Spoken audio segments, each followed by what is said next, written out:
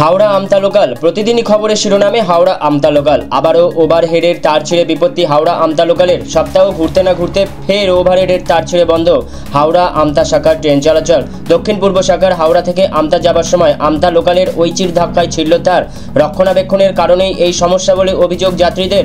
হাওড়া আমতা শাখার সন্তোষপুর এলাকায় দাঁড়িয়ে ট্রেন, ভোগান্তির শিকার যাত্রীরা। আজকে একটা গাছ পড়ে গেছে এখানে, গাছ তো এখনো কাটা হচ্ছে না। যতক্ষণ না কাটা হচ্ছে গাড়ি ওখানে দাঁড়িয়ে আছে, অনেক লোক প্যাসেঞ্জার হেঁটে আসছে, কিন্তু এখানে কোনো দেখলাম সিস্টেমই নেই গাছটা কি করে কি করবে। হ্যাঁ, মানুষ প্রচুর পরিশানিতে আছে। গাছ কিসে পড়েছে? গাছটা ওভারহেডে পড়েছে, ওভারহেডে মনে হয় ঠেকে আছে, পুরো লাইন হয়ে গেছে।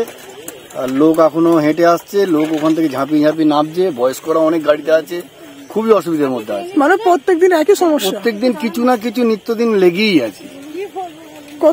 কতটা টেনশনে আছে? টেনশন বলতে এখানে মানুষ আসে, একে তো ঠিক টাইমে গাড়ি থাকে না, তারপরে মাল গাড়ি ঢোকে সিঙ্গেল লাইন, তারপরে ট্রেনের প্রচুর লেট, তারপরও এই অবস্থা।